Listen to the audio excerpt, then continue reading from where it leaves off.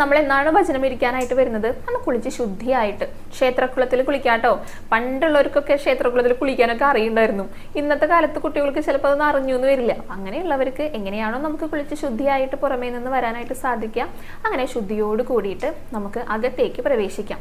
പ്രധാനമായിട്ട് 5 പൂജകൾ കണ്ടു തൊഴണം എന്നാ പറയാം. 5 പൂജയും 3 ശീവേലിയും. മഹാക്ഷേത്രങ്ങളിലൊക്കെ അങ്ങനെയാണ്, 5 പൂജ ഉണ്ടായിരിക്കും, 3 ശീവേലി ഉണ്ടായിരിക്കും. ഇതൊക്കെ നന്നായിട്ട് കണ്ടു തൊഴാം. ഗുരുവായൂർ ക്ഷേത്രത്തിലെ ഉഷപൂജയുണ്ട്. അതായത് ഉഷനീതിയും കഴിഞ്ഞിട്ട് കുറച്ച് കഴിഞ്ഞ എതിരേറ്റ് പൂജ ഉണ്ട്. അത് കഴിഞ്ഞിട്ടാണ് ഉഷപൂജ വരിക. അത് രണ്ടും കണ്ടു തൊഴാം. പിന്നെ പന്തീരടി പൂജ തൊഴാം. അത് കഴിഞ്ഞിട്ട് ഉച്ചപൂജ, പിന്നെ അത്താഴപൂജ. ഇങ്ങനെ 5 പൂജകൾ കണ്ടു തൊഴാനായിട്ട് ശ്രദ്ധിക്കാം.